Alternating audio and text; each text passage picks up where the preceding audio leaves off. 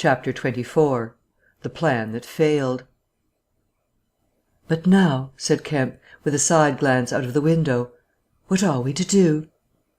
He moved nearer his guest as he spoke, in such a manner as to prevent the possibility of a sudden glimpse of the three men who were advancing up the hill road, with an intolerable slowness as it seemed to Kemp. "What were you planning to do when you were heading for Port Burdock? Had you any plan?" "I was going to clear out of the country. But I have altered that plan rather, since seeing you. I thought it would be wise, now the weather is hot and invisibility possible, to make for the south, especially as my secret was known, and every one would be on the lookout for a masked and muffled man. You have a line of steamers from here to France. My idea was to get aboard one, and run the risks of the passage. Thence I could go by train into Spain, or else get to Algiers. It would not be difficult. There a man might always be invisible, and yet live, and do things. I was using that tramp as a money box and luggage carrier, until I decided how to get my books and things sent over to meet me." "That's clear." "And then the filthy brute must needs try and rob me. He has hidden my books, Kemp, hidden my books, if I can lay my hands on him." "Best plan to get the books out of him first." "But where is he? Do you know?" "He's in the town police station, locked up by his own request, in the strongest cell in the place." "Gah!" said the invisible man. "But that hangs up your plans a little." "He must get those books. Those books are vital." "Certainly," said Kemp, a little nervously, wondering if he heard footsteps outside. "Certainly we must get those books. But that won't be difficult, if he doesn't know they're for you." "No," said the invisible man, and thought. Kemp tried to think of something to keep the talk going, but the invisible man resumed of his own accord. "Blundering into your house, Kemp," he said, "changes all my plans. For you are a man that can understand. In spite of all that has happened, in spite of this publicity, of the loss of my books, of what I have suffered, there still remain great possibilities, huge possibilities." "You have told no one I am here?" he asked abruptly. Kemp hesitated. "That was implied," he said. "No one?" insisted Griffin. "Not a soul." "Ah, now." The invisible man stood up, and sticking his arms akimbo, began to pace the study. "I made a mistake, Kemp, a huge mistake, in carrying this thing through alone. I've wasted strength, time, opportunities. Alone, it is wonderful how little a man can do alone. To rob a little, to hurt a little, and there's the end. What I want, Kemp, is a goal-keeper, a helper, and a hiding-place, an arrangement whereby I can sleep and eat and rest in peace, and unsuspected. I must have a confederate. With a confederate, with food and rest, 1,000 things are possible.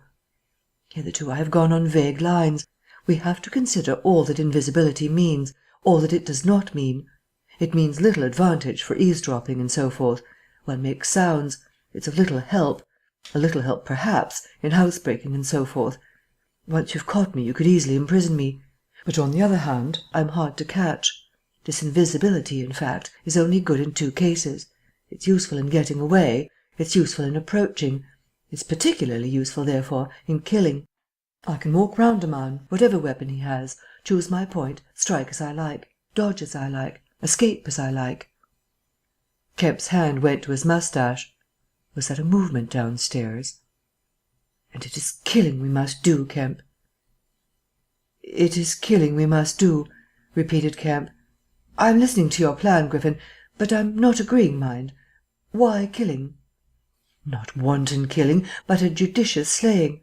The point is, they know there is an invisible man, as well as we know there is an invisible man. And that invisible man, Kemp, must now establish a reign of terror. Yes, no doubt it's startling, but I mean it, a reign of terror. He must take some town like your Burdock and terrify and dominate it. He must issue his orders. He can do that in 1,000 ways. Scraps of paper thrust under doors would suffice, and all who disobey his orders he must kill, and kill all who would defend them." Said Kemp, no longer listening to Griffin, but to the sound of his front door opening and closing. "It seems to me, Griffin," he said, to cover his wandering attention, "that your confederate would be in a difficult position." "No one would know he was a confederate," said the invisible man eagerly. And then suddenly, "Hush! What's that downstairs?" "Nothing," said Kemp, and suddenly began to speak loud and fast. "I don't agree to this, Griffin," he said. Understand me, I don't agree to this. Why dream of playing a game against the race? How can you hope to gain happiness? Don't be a lone wolf. Publish your results. Take the world, take the nation at least, into your confidence. Think what you might do with 1,000,000 helpers." The Invisible Man interrupted, arm extended. "There are footsteps coming upstairs," he said in a low voice. "Nonsense," said Kemp. "Let me see," said the Invisible Man, and advanced, arm extended, to the door. And then things happened very swiftly. Kemp hesitated for a second and then moved to intercept him. The Invisible Man started and stood still. "Traitor!" cried the voice, and suddenly the dressing gown opened, and sitting down the unseen began to disrobe. Kemp made 3 swift steps to the door, and forthwith the Invisible Man, his legs had vanished, sprang to his feet with a shout. Kemp flung the door open. As it opened, there came a sound of hurrying feet downstairs and voices. With a quick movement, Kemp thrust the Invisible Man back, sprang aside, and slammed the door. The key was outside and ready. In another moment Griffin would have been alone in the Belvedere study, a prisoner. Save for one little thing: the key had been slipped in hastily that morning. As Kemp slammed the door, it fell noisily upon the carpet. Kemp's face became white. He tried to grip the door handle with both hands. For a moment he stood lugging. Then the door gave 6 inches. But he got it closed again. The second time it was jerked a foot wide, and the dressing gown came wedging itself into the opening. His throat was gripped by invisible fingers, and he left his hold on the handle to defend himself. He was forced back, tripped and pitched heavily into the corner of the landing. The empty dressing gown was flung on the top of him. Half way up the staircase was Colonel Addy, the recipient of Kemp's letter, the chief of the Burdock police. He was staring aghast at the sudden appearance of Kemp, followed by the extraordinary sight of clothing tossing empty in the air. He saw Kemp felled, and struggling to his feet. He saw him rush forward and go down again, felled like an ox.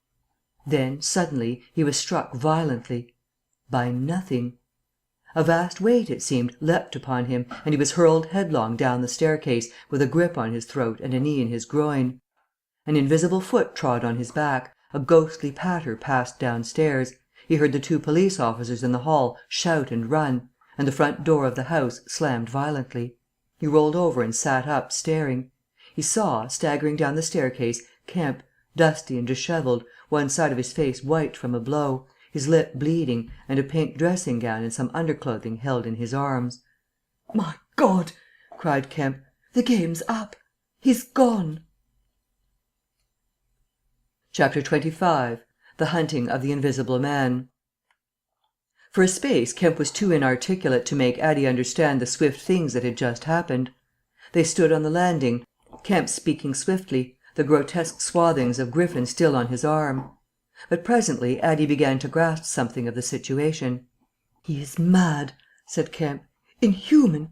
He has pure selfishness. He thinks of nothing but his own advantage, his own safety. I have listened to such a story this morning of brutal self-seeking. He has wounded men. He will kill them unless we can prevent him. He will create a panic. Nothing can stop him. He is going out now, furious." "He must be caught," said Addie. "That is certain." "But how?" cried Kemp, and suddenly became full of ideas. "You must begin at once. You must set every available man to work. You must prevent his leaving this district. Once he gets away, he may go through the countryside as he wills, killing and maiming. He dreams of a reign of terror. A reign of terror, I tell you. You must set a watch on trains and roads and shipping. The garrison must help. You must wire for help. The only thing that may keep him here is the thought of recovering some books of notes he counts of value. I will tell you of that. There's a man in your police station, Marvel." "I know," said Addie. "I know. Those books, yes. But the tramp says he hasn't them, but he thinks the tramp has. And you must prevent him from eating or sleeping. Day and night the country must be astir for him. Food must be locked up and secured, all food, so that he will have to break his way to it. The houses everywhere must be barred against him. Heaven send us cold nights and rain. The whole countryside must begin hunting and keep hunting. I tell you, Addie, he is a danger, a disaster.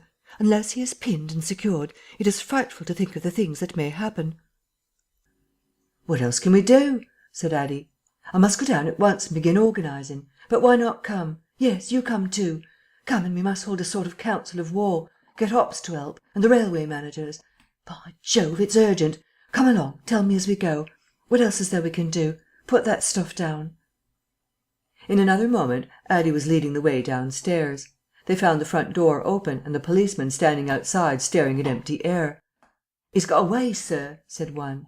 "We must go to the Central Station at once," said Addie. "One of you go on down and get a cab to come up and meet us. Quickly. And now, Kemp, what else?"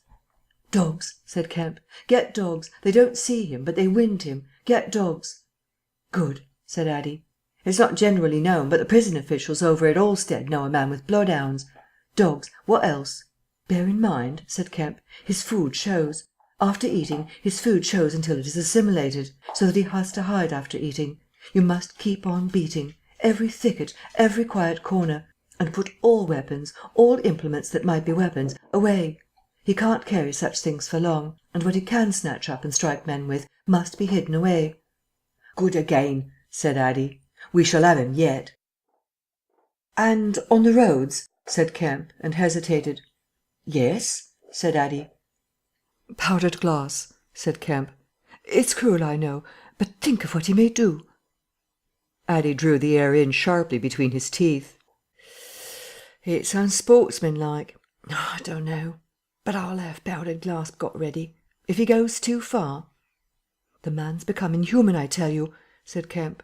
"I'm as sure he will establish a reign of terror, so soon as he has got over the emotions of this escape, as I am sure I am talking to you. Our only chance is to be ahead. He has cut himself off from his kind. His blood be upon his own head." Chapter 26. The Wicksteed Murder. The Invisible Man seems to have rushed out of Kemp's house in a state of blind fury. A little child playing near Kemp's gateway was violently caught up and thrown aside, so that its ankle was broken, and thereafter for some hours the Invisible Man passed out of human perceptions. No one knows where he went nor what he did. But one can imagine him hurrying through the hot June forenoon, up the hill and on to the open downland behind Port Burdock, raging and despairing at his intolerable fate, and sheltering at last, heated and weary, amid the thickets of Hintondean, to piece together again his shattered schemes against his species. That seems the most probable refuge for him, for there it was he reasserted himself in a grimly tragical manner about 2 in the afternoon. One wonders what his state of mind may have been during that time, and what plans he devised. No doubt he was almost ecstatically exasperated by Kemp's treachery, and though we may be able to understand the motives that led to that deceit, we may still imagine and even sympathise a little with the fury the attempted surprise must have occasioned. Perhaps something of the stunned astonishment of his Oxford Street experiences may have returned to him, for he had evidently counted on Kemp's co-operation in his brutal dream of a terrorised world. At any rate, he vanished from human ken about midday, and no living witness can tell what he did until about 2:30. It was a fortunate thing perhaps for humanity, but for him it was a fatal inaction. During that time a growing multitude of men scattered over the countryside were busy. In the morning he had still been simply a legend, a terror. In the afternoon, by virtue chiefly of Kemp's dryly worded proclamation, he was presented as a tangible antagonist, to be wounded, captured, or overcome, and the countryside began organising itself with inconceivable rapidity. By 2:00 even he might still have removed himself out of the district by getting aboard a train, but after 2 that became impossible. Every passenger train along the lines on a great parallelogram between Southampton, Manchester, Brighton, and Horsham travelled with locked doors, and the goods traffic was almost entirely suspended. And in a great circle of 20 miles round Port Burdock, men armed with guns and bludgeons were presently setting out in groups of 3 and 4, with dogs, to beat the roads and fields. Mounted policemen rode along the country lanes, stopping at every cottage and warning the people to lock up their houses, and keep indoors unless they were armed, and all the elementary schools had broken up by 3:00, and the children, scared and keeping together in groups, were hurrying home. Kemp's proclamation, signed indeed by Addie, was posted over almost the whole district by 4 or 5 o'clock in the afternoon. It gave briefly but clearly all the conditions of the struggle, the necessity of keeping the Invisible Man from food and sleep, the necessity for incessant watchfulness and for a prompt attention to any evidence of his movements. And so swift and decided was the action of the authorities, So prompt and universal was the belief in this strange being, that before nightfall an area of several hundred square miles was in a stringent state of siege. And before nightfall, too, a thrill of horror went through the whole watching, nervous countryside. Going from whispering mouth to mouth, swift and certain over the length and breadth of the country, passed the story of the murder of Mr. Wicksteed. If our supposition that the Invisible Man's refuge was the Hintondean thickets, then we must suppose that in the early afternoon he sallied out again bent upon some project that involved the use of a weapon. We cannot know what the project was, but the evidence that he had the iron rod in hand before he met Wicksteed is to me at least overwhelming. Of course we can know nothing of the details of that encounter. It occurred on the edge of a gravel pit, not 200 yards from Lord Burdock's lodge gate.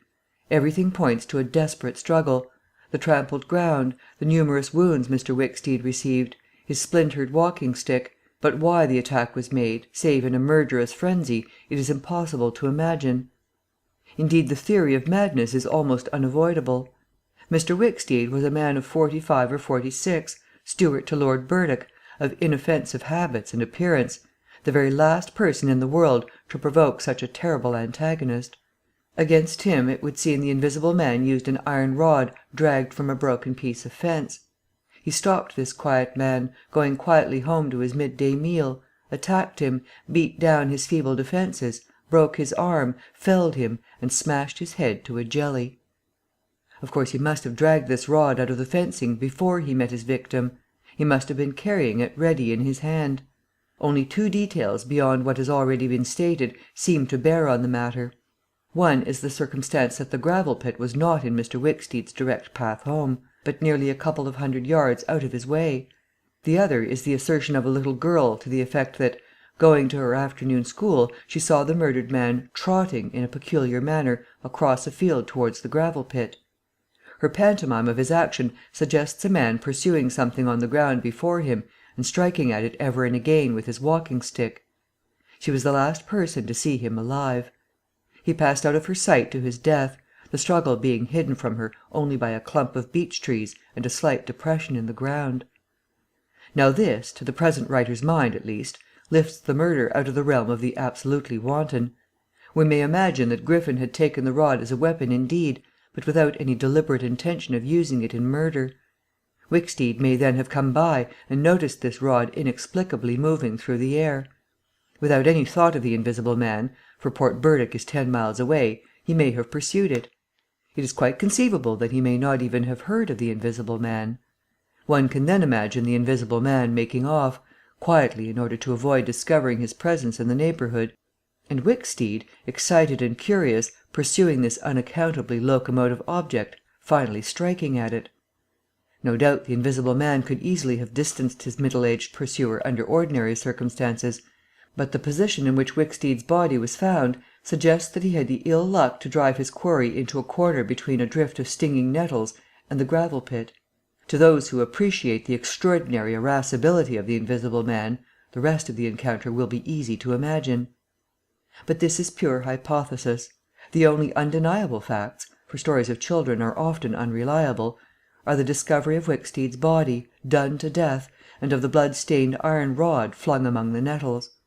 The abandonment of the rod by Griffin suggests that in the emotional excitement of the affair the purpose for which he took it, if he had a purpose, was abandoned. He was certainly an intensely egotistical and unfeeling man, but the sight of his victim, his first victim, bloody and pitiful at his feet, may have released some long-pent fountain of remorse which for a time may have flooded whatever scheme of action he had contrived. After the murder of Mr. Wicksteed, he would seem to have struck across the country towards the downland. There is a story of a voice heard about sunset by a couple of men in a field near Fernbottom. It was wailing and laughing, sobbing and groaning, and ever and again it shouted. It must have been queer hearing. It drove up across the middle of a clover field and died away towards the hills. That afternoon the Invisible Man must have learned something of the rapid use Kemp had made of his confidences. He must have found houses locked and secured. He may have loitered about railway stations and prowled about inns, and no doubt he read the proclamations and realized something of the nature of the campaign against him. And as the evening advanced, The fields became dotted here and there with groups of 3 or 4 men, and noisy with the yelping of dogs. These men hunters had particular instructions in the case of an encounter as to the way they should support one another. But he avoided them all. We may understand something of his exasperation, and it could have been none the less because he himself had supplied the information that was being used so remorselessly against him. For that day at least he lost heart. For nearly 24 hours, save when he turned on Wicksteed, he was a hunted man. In the night he must have eaten and slept, for in the morning he was himself again, active, powerful, angry and malignant, prepared for his last great struggle against the world. End of chapters 24, 25 and 26. That hangs up your plans a little. We must get those books. Those books are vital. Certainly, said Kemp, a little nervously, wondering if he heard footsteps outside. Certainly we must get those books. But that won't be difficult, if he doesn't know they're for you. No, said the Invisible Man, and thought. Kemp tried to think of something to keep the talk going, but the Invisible Man resumed of his own accord. Blundering into your house, Kemp, he said, changes all my plans. For you are a man that can understand. In spite of all that has happened, in spite of this publicity, of the loss of my books, of what I have suffered, there still remain great possibilities, huge possibilities. You have told no one I am here? Chapter 24. The Plan That Failed. But now, said Kemp, with a side glance out of the window, what are we to do? He moved nearer his guest as he spoke, in such a manner as to prevent the possibility of a sudden glimpse of the 3 men who were advancing up the hill road, with an intolerable slowness as it seemed to Kemp. What were you planning to do when you were heading for Port Burdock? Had you any plan? I was going to clear out of the country, but I have altered that plan rather since seeing you. I thought it would be wise, now the weather is hot and invisibility possible, to make for the south, especially as my secret was known, and every one would be on the lookout for a masked and muffled man. You have a line of steamers from... he asked abruptly. Kemp hesitated. That was implied, he said. No one? Insisted Griffin. Not a soul. Ah, now. The Invisible Man stood up, and sticking his arms akimbo, began to pace the study. I made a mistake, Kemp, a huge mistake, in carrying this thing through alone. I've wasted strength, time, opportunities. Alone. It is wonderful how little a man can do alone. To rob a little, to hurt a little, and there's the end. What I want, Kemp, is a goal-keeper, a helper, and a hiding-place, an arrangement whereby I can sleep and eat and rest in peace, and unsuspected. I must have a confederate. With a confederate, with food and rest, 1,000 things are possible. Hitherto I have gone on vague lines. We have to consider all that invisibility means, all that it does not mean. It means little advantage for eavesdropping and so forth. One makes sounds. It's of little help. A little help, perhaps, in housebreaking and so forth. Once you've caught me, you could easily imprison me. But on the other hand, I'm hard to catch. This invisibility, in fact, is only good in 2 cases. It's useful in getting away. It's useful in approaching. It's particularly useful, therefore, in killing. I can walk round a man, whatever weapon he has, choose my point, strike as I like, dodge as I like, escape as I like. Kemp's hand went to his musket here to France. My idea was to get aboard one and run the risks of the passage. Thence I could go by train into Spain, or else get to Algiers. It would not be difficult. There a man might always be invisible, and yet live, and do things. I was using that tramp as a money-box and luggage-carrier, until I decided how to get my books and things sent over to meet me. That's clear. And then the filthy brute must needs try and rob me. He has hidden my books, Kemp, hidden my books, if I can lay my hands on him. Best plan to get the books out of him first. But where is he? Do you know? He's in the town police station, locked up by his own request, in the strongest cell in the place. Cur, said the Invisible Man.